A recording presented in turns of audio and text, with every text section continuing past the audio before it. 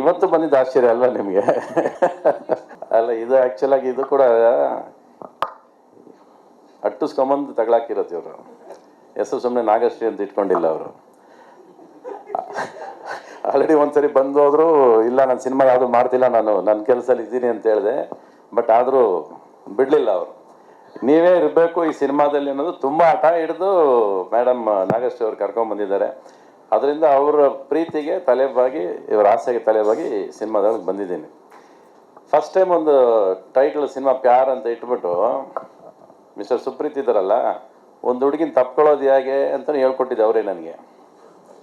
ಹಿಂಗ್ ಲುಕ್ ಕೊಡಿ ಅಂತ ಹೇಳಿದ್ದೀವ್ರಿ, ಹಿಂಗ್ ಲುಕ್ ಕೊಡಿ ಅಂತ ಹೇಳ್ಕೊಟ್ಟವ್ರು ಇವರೇ. ಇಷ್ಟು ವರ್ಷಕ್ಕೆ 40 ವರ್ಷ ಸರ್ವೀಸಲ್ಲಿ ಒಂದು ಹುಡುಗಿನ ಹೇಗೆ ತಪ್ಕೋಬೇಕು ಅಂತ ಹೇಳ್ಕೊಟ್ಟು ಡೈರೆಕ್ಟರ್ ನನಗೆ ಇವರೇ. ಸರ್ ನೀವು ಹಿಂಗೆ ತಪ್ಕೋಬೇಕು, ನೀವು ಹಿಂಗೆ ಇಲ್ಲೇ ನೋಡಬೇಕು ಸರ್, ಇಲ್ಲಿ ನೋಡಿ, ಇಲ್ಲಿ ನೋಡಿ, ಅರ್ಥ ಆಯ್ತಾ ನಿಮಗೆ? ಕರೆಕ್ಟ್ ಅಂತ ಸುಪ್ರೀತ್?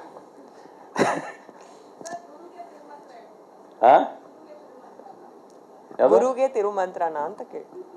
ಅಲ್ಲ ಗೊತ್ತಿಲ್ಲಪ್ಪ, ನಾನು ಇವತ್ತಿನ ಹುಡುಗರು ಪ್ರೀತಿ ಮಾಡೋ ಸ್ಟೈಲ್ ಬೇರೆ ಇರ್ಬೋದೇನಲ್ವಾ, ಗೊತ್ತಿಲ್ಲ ನನಗೆ. ಆ ಪ್ರೀತಿ ಬರೋದಿಲ್ವಲ್ಲ. ಅದೇ ಇವಾಗ ಅವರೇ ನೋಡೋಣ ಇವ್ರು ಏನು ಹೇಳ್ತಾರೆ ಅನ್ನೋದು. ನೋಡಿ, ಆ ಡ್ರೆಸ್ ಕೂಡ ಅವರೇ ಡಿಸೈಡ್ ಮಾಡಿದ್ದು, ನಾನು ಡಿಸೈಡ್ ಮಾಡಿದ್ದು ಏನೂ ಇಲ್ಲ ಅದರಲ್ಲಿ, ಇವ್ರು ಡಿಸೈಡ್ ಮಾಡಿರೋದು. ಸರಿ, ವೈಟೇ ಬೇಕು, ವೈಟ್ ಮೇಲೆ ವೈಟ್ ಶಾಲೇ ಬೇಕು ಅಂತೇಳಿ ಹಿಂಗೆ ಮಾಡಬೇಕು. ಓಕೆ, ಡಸಂಟ್ ಮ್ಯಾಟರ್ ಅಲ್ಲ, ಆಸ್ ಲಾಂಗ್ ಆಸ್ ಅವ್ರಿಗೇನು ಬೇಕು ಅದು ಅವ್ರಿಗೋಸ್ಕರ ಬಂದಿರೋ ಸಿನಿಮಾ ಇದು. ಪ್ಯಾರ್ ಅಂತ ಹೇಳ್ತಾರೆ ಹೊರತು ಎಲ್ಲದಕ್ಕೂ ರವಿಚಂದ್ರನ್ ಅಂತ ಹೇಳ್ತಾನೆ ಇದ್ದೀರಾ. ರವಿಚಂದ್ರನ್ಗೆ ಸಿನಿಮಾದಲ್ಲಿ ಯಾರು ಪ್ಯಾರ್ ಮಾಡೋರೇ ಇಲ್ಲ. ಮಗಳನ್ನ ಒಂದು ಕೊಟ್ಟಿದ್ದಾರೆ, ಮಗಳ ಜೊತೆ ಒಂದು ಪ್ಯಾರ್ ಇದೆ ಅಲ್ಲೇನಮ್ಮ? ಹಾಂ, ಬೇರೆ ಪ್ಯಾರ್ ಇಲ್ಲ. ಆ ಪ್ಯಾರ್ನ ಸಾಯಿಸ್ಬಿಟ್ಟಿದ್ದಾರೆ ಮುಂಚೆನೆ. ಇದಾರ ಪ್ಯಾರು? ಇದಾರಾ? ಯಾರು ಹೇಳಲಿಲ್ಲ ಮತ್ತೆ ಇಲ್ಲ ಸ್ಟೇಜ್ ಮೇಲೆ. ಓ, ನೆಕ್ಸ್ಟ್ ಪ್ರೆಸ್ ಮೀಟಲ್ಲಿ ಆ ಪ್ಯಾರ್ ಬರುತ್ತೆ, ಸರ್ಪ್ರೈಸ್. ಅಲ್ಲ, ಈ ಪ್ಯಾರ್ಗೆ ಆಡಿಗೂ ಇಲ್ಲ ಸಿನಿಮಾದಲ್ಲಿ. ನೀವು ರವಿಚಂದ್ರನ್ಗೆ ಆಡು ಮಾಡಿದ್ದೀನಪ್ಪ ನನಗೆ. ತಗೊಂಡ್ರದ್ದು 5 ದಿವಸ ಡೇಟ್, ಇವ್ರು ಎಲ್ಲ ಇದೆ ಅಂತಿರಲ್ಲ ನೀವು. ಏನಿದೆ ಮುಗಿಸ್ಬೋದಾ? ಇದೆಲ್ಲ ಗೊತ್ತಿಲ್ಲ ಮೇಡಮ್. ನೀವು ಹೇಳಿಲ್ಲ ಆಡಿದೆ ಅಂತ ಹೇಳಿದ್ರೆ ನನಗೆ ನೀವು. ಮಗಳೇ ಇಲ್ಲ ನನ್ನ ಜೊತೆಲಿ, ಚಿಕ್ಕ 12 ವರ್ಷದ ಹುಡುಗಿ ಅಂತ ಹೇಳಿದ್ದ. ಮಗು ಜೊತೆ ಇದೆ, ಮಗಳ ಜೊತೆನೂ ಇಲ್ಲ. ನೋಡಿ ಇದು ಹೆಂಗಿದೆ. ಒಟ್ಟಲ್ಲಿ ಇಲ್ಲಿ ಟೋಟಲ್ ಓವರ್ ಆಲ್ ಪ್ಯಾರ್, ಲವ್, ಮೊಹಬ್ಬತ್ ಇಷ್ಟು ಏನಾರ ಇಟ್ಕೊಳ್ಳಿ, ಅದಕ್ಕಿರೋ ತಾಕತ್ತು, ಅದಕ್ಕಿರೋ ವ್ಯಾಲ್ಯೂನೇ ಬೇರೆ. ಅದು ಬಿಟ್ಟರೆ ಪ್ರಪಂಚದಲ್ಲಿ ಏನೂ ನಡೆಯೋದೇ ಇಲ್ಲ. ಇಲ್ಲಿ ಪ್ರತಿಯೊಬ್ಬರು ಎಮೋಷ್ನಲ್ ಆಗಿದ್ದಾರೆ, ತುಂಬ ಎಮೋಷ್ನಲ್ ಆಗಿದ್ದಾರೆ. ಬಹುಶಃ ಅವ್ರಿಗೆ ಅದರಿಂದ ಅವ್ರ ಮಾತುಗಳು ತಡವರಿಸ್ತು ಅಂದರೆ ಅದು ಒಳಗೆ ಆ ಪ್ರೀತಿ ತಡವರಿಸ್ತಾ ಇದೆ. ಅದು ಏನೋ ಹೇಳಬೇಕು ಅಂತ ಹೊರಟಿದ್ದಾರೆ ಸಿನಿಮಾದಲ್ಲಿ. ಅವ್ರ ಆಸೆಗೆ, ಅವ್ರ ಪ್ರೀತಿಗೆ ನಾನು ಜೊತೆಯಲ್ಲಿ ಇರಬೇಕು ಅಂತ ಆಸೆ ಪಟ್ಟರು, ಅದಕ್ಕೆ ಬಂದು ಸೇರ್ಕೊಂಡಿದ್ದೀನಿ ಇಲ್ಲಿ. ಇನ್ನು ಅವ್ರು ಎಷ್ಟು ಎಮೋಷ್ನಲ್ ಆಗಿ ನನ್ನ ಇಟ್ಕೊಂಡು ಬಳಸ್ಕೋತಾರೆ ಅನ್ನೋದು ಸುಪ್ರೀತ್ಗೂ ನಾಗಶ್ರೀಗೆ ಬಿಟ್ಟಿದ್ದು. ಆ್ಯಂಡ್ ಶಿ ಆಲ್ಸೋ ಡೈರೆಕ್ಟರ್ ಅಂತ ಹೇಳಿದ ಮೇಲೆ ಅವ್ರಿಗೆ ಐ ಥಿಂಕ್ ಸ್ವಲ್ಪ ಸ್ಟೋರಿ ಸೆನ್ಸ್ ಎಲ್ಲ ಸ್ವಲ್ಪ ಇರಬೇಕು ಅವ್ರಿಗೆ, when she wants to become a director ಅಂದ ತಕ್ಷಣ. ಸೊ ಎಲ್ಲ ಸೇರ್ಕೊಂಡು ಒಟ್ಟಿನಲ್ಲಿ ಅವರು ನನಗೆ ಒಂದು ಹಾಡು ತೋರಿಸಿದ್ರು. ತುಂಬ ಕಡೆ ಹೋಗಿದ್ದಾರೆ ಅವ್ರು ಹೇಳ್ದಂಗೆ, ಕಾಶ್ಮೀರ, ರಾಜಸ್ಥಾನ ಎಲ್ಲ ಖರ್ಚು ಮಾಡ್ಕೊಂಡು ಬಂದಿದ್ದಾರೆ. ಬಹುಶಃ ಐ ಥಿಂಕ್ 70% ಮುಗಿಸ್ಬಿಟ್ಟಿದ್ದಾರೆ ಅನ್ಸುತ್ತೆ. ಈ ನನ್ನ ಪೋರ್ಷನ್ ಮಾತ್ರ ಬಾಕಿ ಇಟ್ಕೊಂಡಿದ್ದಾರೆ ಅನ್ಸುತ್ತೆ. ಇವತ್ತು ನಾನು ಡೇಟು ಕೇಳಿಲ್ಲ ಅವರು. ಪೋಸ್ಟರ್ ಡಿಸೈನ್ ಕೊಡಿ ಫಸ್ಟ್, ಅಷ್ಟೇ.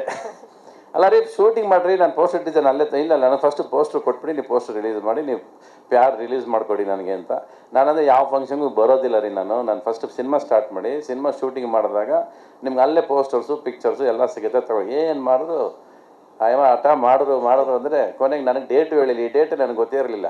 ಮೆಸೇಜ್ ಬರುತ್ತೆ ಅಷ್ಟೇ, ಇಷ್ಟನೇ ತಾರೀಕು 12ವರೆಗೆ ಬಂದ್ಬಿಡಿ ಅಂತ ಮೆಸೇಜ್ ಕಳಿಸೋರು ಅವರು. ಇದ್ರ ಮಧ್ಯೆ ನಮಗೆಲ್ಲ ಮಧ್ಯ ಸೂತ್ರಧಾರರು ಇವರು ಬಾಮ ಹರೀಶ್ ಅವರು ಇಲ್ವಲ್ವಲ್ಲ ಇವತ್ತು. ಹಾಂ, ಅವರೇ ಆ್ಯಕ್ಚುಲಾಗಿ ಈ ಸಿನಿಮಾಗೆ ನನಗೆ 2 ಸರಿನೂ ಇವ್ರನ್ನ ನಾಗೇಶ್ವರನ್ನ ಕರ್ಕೊಂಬಂದು ಪರಿಚಯ ಮಾಡಿದ್ದು. ಒಟ್ಟಿನಲ್ಲಿ ಸಿನಿಮಾದಲ್ಲಿ ನಾನು ಇದ್ದೀನಿ, ನಾನು ಎಷ್ಟು ಚೆನ್ನಾಗಿರ್ತೀನಿ, ಅದನ್ನ ಎಷ್ಟು ಚೆನ್ನಾಗಿ ಬಳಸ್ಕೊಳ್ತಾರೆ ಅನ್ನೋದು ಸುಪ್ರೀತಿಗೆ ಬಿಟ್ಟಿದ್ದು ಅಲ್ವಾ? ಓಕೆ, ಸೊ ನಿಮಗೆ ನಿಮಗೆ ಬಿಟ್ಟಿದ್ದು. ಥ್ಯಾಂಕ್ಸ್. ಬೇರೆ ಏನಾದ್ರು ಇದ್ದರೆ ನೀವೇ ಕೇಳಿ, ನನಗೇನು ಇನ್ನು ಕತೆ ಅಂತೂ ಅವನೇ ಹೇಳ್ಬಿಟ್ನಲ್ಲ ಪೂರ್ತಿ. ಹಾಂ, ಯಾರು ರೀ ನನಗೆ ಪ್ಯಾರು? ಅದಕ್ಕೊಂದು ಸಪ್ರೇಟ್ ಪ್ರೆಸ್ ಮೀಟ್ ಅಂತ ಹೇಳಿ. ಈಗ ನನಗೆ ಕ್ಯೂರಿಯಾಸಿಟಿ ಆಗುತ್ತೆ, ಯಾರಪ್ಪ ನನ್ನ ಜೊತೆ ಪ್ಯಾರು ಅಂತ. ಹಾಂ, ಅದು ಸಪ್ರೇಟ್ ಹಂಗಾರೆ ಇನ್ಯಾರು ದೊಡ್ಡದಾಗೆ ಇರ್ಬೇಕು ರೀ ನನಗಿಂತ ಹಂಗಿರೋದು ಅಲ್ವಾ?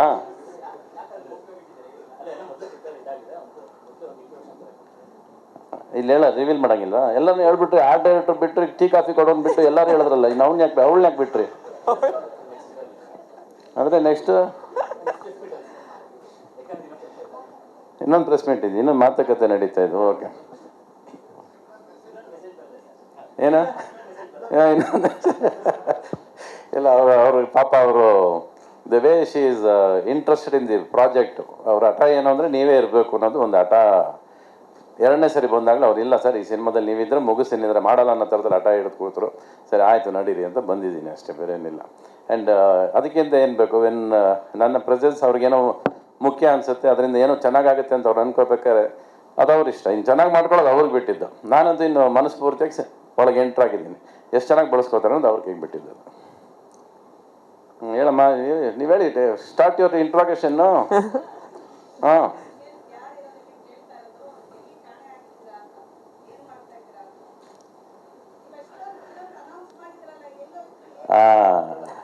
ಯಾವುದೇ ಹೇಳಿದ ತಕ್ಷಣ ಕೆಲಸಗಳು ನಡೀತಿರಲಿಲ್ಲ. ಅದು ತಡೆಯಾಜ್ಞೆಗಳು ಜಾಸ್ತಿ ಬರ್ತಾಯಿತ್ತು. ಸರ್ ಹೇಳ್ದೆ ಮಾಡಿದೆ ಹೆಂಗಿರುತ್ತೆ ಅನ್ನೋದಕ್ಕೆ ಒಂದಷ್ಟು ಸಿನಿಮಾ ಮುಗಿಸು ಆಯ್ತು. ನಾನು ಅದೆಲ್ಲ ಬರುತ್ತೆ, ಅದಕ್ಕೆ ಅಂತ ಒಂದು ಕಾಲ ಬಂದ ಕ್ಲೀನಾಗಿ ಬಂದು ಹೇಳ್ತೀನಿ. ಪಿಕ್ಚರ್ ರೆಡಿ ಇದ್ದಾಗ ಸ್ಟೇಜ್ ಮೇಲೆ ಬಂದುಬಿಡೋಣ ಅಂತ. ಇವತ್ತರೆಗೂ ಅದ್ರ ಬಗ್ಗೆ ಎಲ್ಲೂ ಮಾತಾಡಿಲ್ಲ ನಾನು ಅಷ್ಟೇ. ಆಯಿತು, ಒಂದು 70% ಆಗಿದೆ. ಇನ್ನೊಂದು 30% 35% ಬಾಕಿ ಇದೆ. ಸೇಮ್ ಹೇಳ್ದಂಗೆ 20 ಹಾಡು 22 ಹಾಡು ಇಟ್ಕೊಂಡೇ ಬರ್ತೀನಿ ಸಿನಿಮಾದಲ್ಲಿ. ಅದು ಪ್ರೇಮ್ ಲೋಕ ಅಂತ ಟೈಟ್ಲ್ ಇಲ್ಲದೆ ಇರ್ಬೋದು, ಬಟ್ ಪ್ರೇಮ್ ಲೋಕ ಮೀರೋ ಅಂತ ಒಂದು ಸಿನಿಮಾ ಅಂತೂ ತರ್ತಾಯಿದ್ದೀನಿ. ಆದಷ್ಟು ಬೇಗ ಬರುತ್ತೆ ನೋಡಿ. ಇದಕ್ಕೆ ನಿಮ್ಮ ಬಾಯಲ್ಲಿ ನೀವು ಸುಮ್ಮನೆ ಇರಲ್ಲ ಅಂತ ಹೇಳೋರು. ಈಗ ನಿಮಗೆ ಇಂಟ್ರಾಗೇಷನ್ ಮಾಡ್ಬೇಕು ನಾನು. ಏನಾರ ಅಂದ್ಕೊಳ್ಳಿ ನೀವು. ಎಲ್ಲ ಬರ್ತೀನಿ. ಅದು ಏನಾಗುತ್ತೆ ಅಂದರೆ ಟೈಮ್ ತೊಗೋತಾ ಇದೆ ಸಿನಿಮಾ. ಆಲ್ರೆಡಿ ನಾನು 150 ಡೇಸ್ ಶೂಟಿಂಗ್ ಮಾಡಿದ್ದೀನಿ. ಇನ್ನೊಂದು 50 ಡೇಸ್ ಶೂಟಿಂಗ್ ಇದೆ. 200 ಡೇಸ್ ಶೂಟಿಂಗ್ ನಡೀತಾ ಇದೆ. ಹಾಡುಗಳು ಸಾಕಷ್ಟಿದೆ, ಟೈಮ್ ತೊಗೋತಾ ಇದೆ. ಸೊ ನಾನು ಅನೌನ್ಸ್ ಮಾಡಿದಾಗ ಏನಾಗುತ್ತೆ, ಸ್ಪಿರಿಟಲ್ಲಿ ಇನ್ನೇನು ಈ ಮಂತ್ ಜಾನ್ವರಿ ಬಂದುಬಿಡ್ತೀನಿ ಅಂತೀನಿ. ಬಟ್ ಅದೇನೋ ಕಾರಣಕ್ಕೆ ಎಳ್ಕೊಂಡು ಹೋಗ್ತಾ ಇರುತ್ತೆ. ಸೊ ಮತ್ತೆ ಜಾನ್ವರಿ ಬಂದಾಗ ನೀವುಗಳೇ 1000 ಪ್ರಶ್ನೆ ಕೇಳ್ತಾರೆ, ಯಾಕ್ರಿ ಹೇಳಿದ್ರೆ ಈ ಟೈಮಿಗೆ ಬರಲಿಲ್ಲ ಅಂತ. ನೀವೇ ರೋಪ್ ಹೊಡಿತಾರೆ, ನೀವೇ ಮಾಡೋದು ಜಾಸ್ತಿ ಅದು ಎಲ್ಲ ಕಡೆ. ಸೊ ಇವೆಲ್ಲ ಹೇಳೋದೇ ಬೇಡ, ರೆಡಿ ಆದಮೇಲೆ ಹೇಳೋಣ ಅನ್ನೋದು ಒಂದು ಹಠ ಇಟ್ಕೊಂಡು ಕೂತಿದ್ದೀನಿ ಅಷ್ಟೇ. ಈ ಸರಿ ಏನಂದರೆ when the total product is 95% ready, ಆವಾಗ ಬಂದು ನಿಂತ್ಕೊಂಡಾಗ ಮಾತಾಡೋಕ್ಕೂ ವಿಷಯ ಇರುತ್ತೆ, ಹೇಳೋದಕ್ಕೂ ವಿಷಯ ಇರುತ್ತೆ. ಅದೇನೋ ನಿಮಗೆ ಗೊತ್ತಾಗ್ಬಿಡುತ್ತೆ. ನಾನು ಹೇಳೋದೇ ಬೇಕಲ್ಲ. ನೆಕ್ಸ್ಟ್ ಟೈಮ್ ನಾನು ಏನು ಸ್ಟೇಜಲ್ಲಿ ಬಂದು ಅದು ಈ ಥರ ಸಿನಿಮಾ ಮಾಡಿದ್ದೀನಿ, ಆ ಥರ ಸಿನಿಮಾ ಮಾಡಿದ್ದೀನಿ ಅಂತ ನಾವು 40 ವರ್ಷದಲ್ಲಿ ಯಾವತ್ತೂ ಹೇಳಿಲ್ಲ. ಸಿನಿಮಾ ಪರದೆ ಮೇಲೆ ಬಿಡ್ತಿದ್ವಿ, ಜನ ಸಿನಿಮಾ ಪರದೆಯಲ್ಲಿ ಮಾತಾಡೋರು. ಇವತ್ತು ನಾವು ಇಲ್ಲಿ ಕೂತ್ಕೊಂಡು ಸುಮ್ಮನೆ ನಾವು ಸಿನಿಮಾ ಹಂಗೆ ಮಾಡ್ತಾಯಿದ್ದೀವಿ, ನಾವು ಹಿಂಗೆ ಮಾಡ್ತಾಯಿದ್ದೀವಿ, ಅದೆಲ್ಲ ಏನೂ ನಡೆಯೋದಿಲ್ಲ. ಇವತ್ತು ಪರದೆ ಮೇಲೆ ನೋಡೋನು ಏನು ಹೇಳ್ತಾನಲ್ಲ, ಸಿನಿಮಾ ಅಲ್ಲಿ ಏನು ಕಾಣಿಸುತ್ತಲ್ಲ ಅದು ಫೈನಲಾಗಿ ಸಿನಿಮಾ ಆಗೋದು. ಅದೇ ಥರ ಸಿನಿಮಾ ಮಾಡಬೇಕು, ಜಾಸ್ತಿ ನಮ್ಮ ಸಿನಿಮಾ ಬಗ್ಗೆ ಮಾತಾಡಬಾರ್ದು ಅನ್ನೋದು ನನ್ನಲ್ಲಿರೋ ಆಟ ಈ ಸರಿ. ಅದನ್ನು ಮಾಡಿಕೊಂಡು ಸಿನಿಮಾ ತೋರಿಸಿದಾಗ ನಿಮಗೆ ಗೊತ್ತಾಗ್ತದೆ ಅದೇನು ಸಿನಿಮಾ ಅಂತ.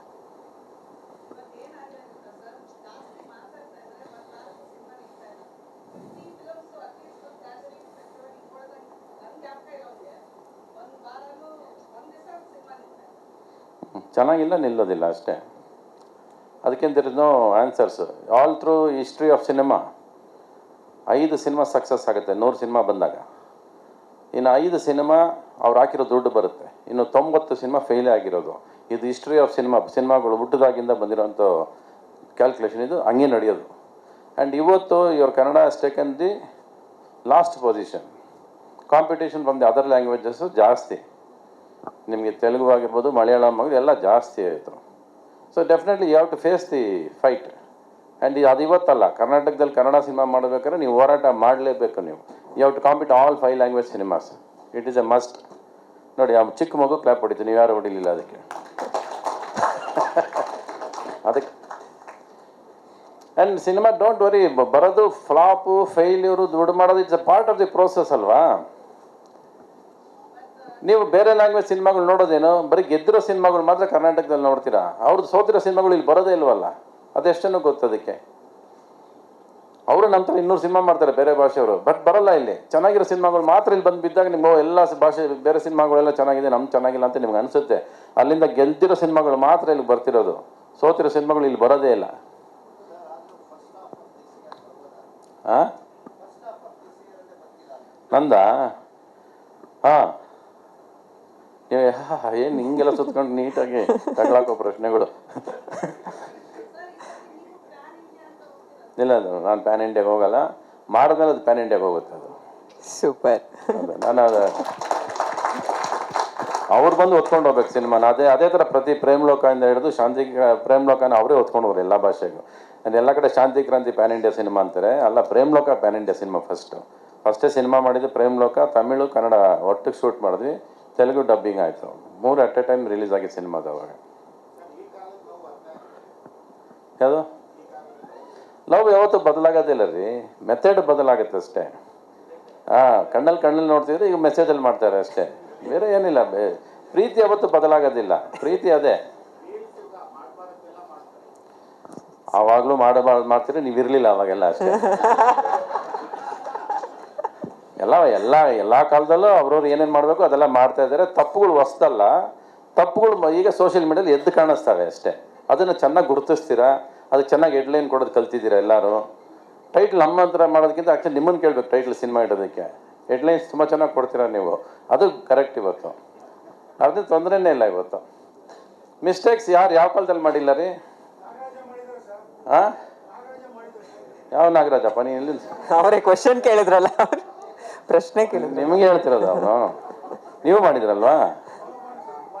ಲವ್ ಮಾಡಿದ್ರಲ್ವಾ ನೀವು? ತುಂಬ ಅಂದರೆ 5-6. ಏನು ಲವ್ ಮಾಡಿದ್ದ, ಏನು ಮಾಡಿದ್ದು ನೀವು? ಒನ್ ಸೈಡು ನೀವು ಸುಮ್ಮನೆ ಅನ್ಕೊಂಡು ಬಿಟ್ಬಿಡು. ಅಲ್ಲ 5 ಜನ ನಿಜವಲ್ಲೂ ಲವ್ ಮಾಡಿದ್ರ ನೀವು ಹುಡುಗಿರ್ನ? ಅಂದ್ರೆ 5 ಜನ ಇಟ್ಕೊಂಡು ಕರ್ಕೊಂಡು ಓಡಾಡಿದ್ದೀರಾ ರೀ? ನೀವು ಯಾವುದೋ ಸ್ಕೂಲಲ್ಲಿ ಹಿಂಗೆ ನೋಡಿರೋದಕ್ಕೆಲ್ಲ ಲವ್ ಅನ್ಕೊಂಡು ಕೂತ್ 5 ಜನದ ಹೆಸರು ಹೇಳ್ರಿ. ಯಾಕೆ ನಮ್ಮನ್ನು ಮಾತ್ರ ಇಲ್ಲಿ ನಿಂತ್ಕೊಂಡು ಕೇಳ್ತೀರಾ? ನೀವು ಮಾತ್ರ ಅಲ್ಲಿ ಕೆಳಗೆ ಬರ್ಬೇಕು. ನಾವು ಹೇಳ್ರಿ, ಪರವಾಗಿಲ್ಲ, ಒಂದು ಹೇಳ್ರಿ. ಯಾಕೆ ಈಗ ಮದುವೆ ಆಗಿ ಮಗು ಆಗೋಗಿದೆ. Separate dress meet.